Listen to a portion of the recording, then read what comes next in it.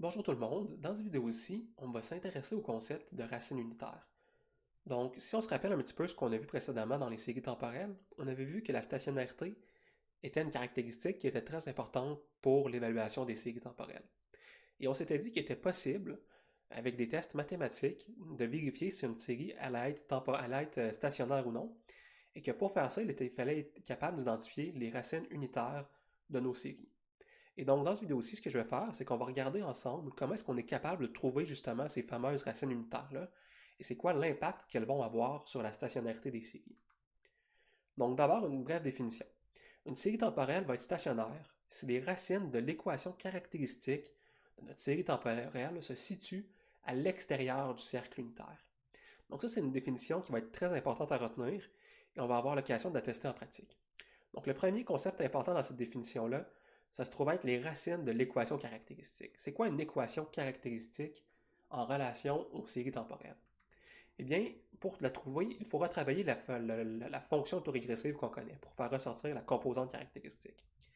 Vous avez ici sur la gauche de mon équation, donc la gauche de mon équivalence, une fonction avec laquelle on est habitué de travailler. Yt est égal à 3 plus 0,7 fois yt-1 plus et.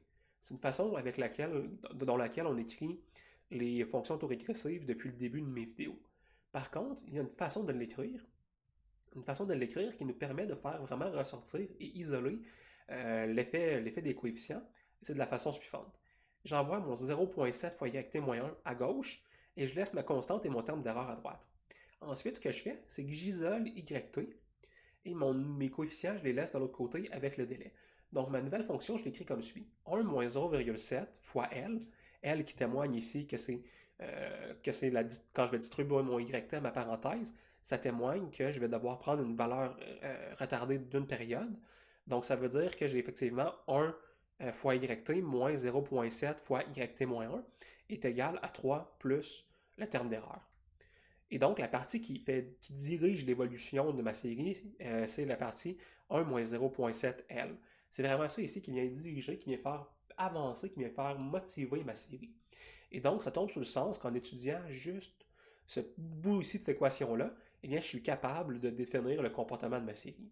Et c'est ce qu'on appelle l'équation caractéristique. L'équation caractéristique, c'est lorsque j'isole mes coefficients de cette façon-ci.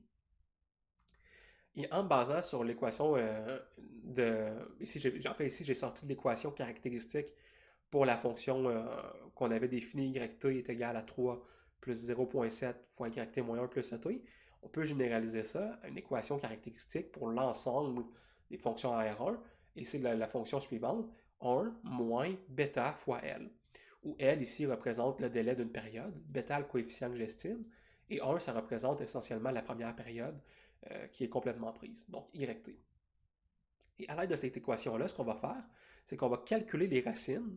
On va calculer les racines et on va être capable de déterminer est-ce que mon modèle R1 se situe, oui ou non, à l'extérieur du cercle unitaire, et donc est-ce que mon modèle va être stationnaire.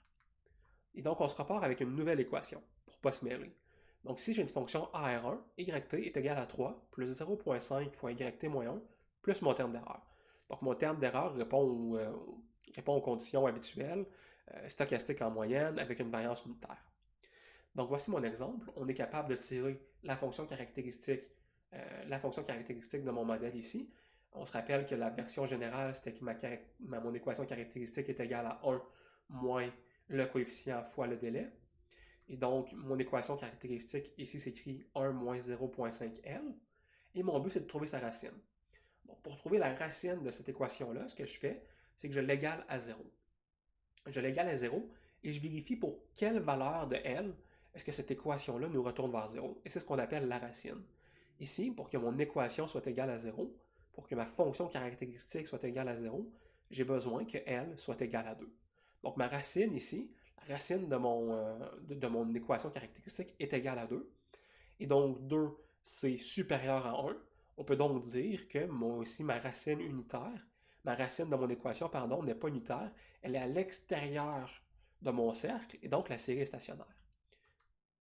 Si on reprend la forme initiale, ce qu'on va se rendre compte, c'est que L va toujours être supérieur à 1 si bêta est inférieur à 1. Donc, dans mon équation de régression, si bêta est inférieur à 1, dans mon modèle R1, eh bien, vous allez avoir que ma racine va toujours être à l'extérieur du cercle unitaire, et ça implique que ma série va être stationnaire. Donc, quand bêta est inférieur à 1, je le répète, c'est un résultat qui est très important. Quand bêta est inférieur à 1, la racine unitaire la racine va être à l'extérieur du cercle unitaire et ma série va être stationnaire. Donc, bêta inférieur à 1 égale série stationnaire. Pour un modèle AR1.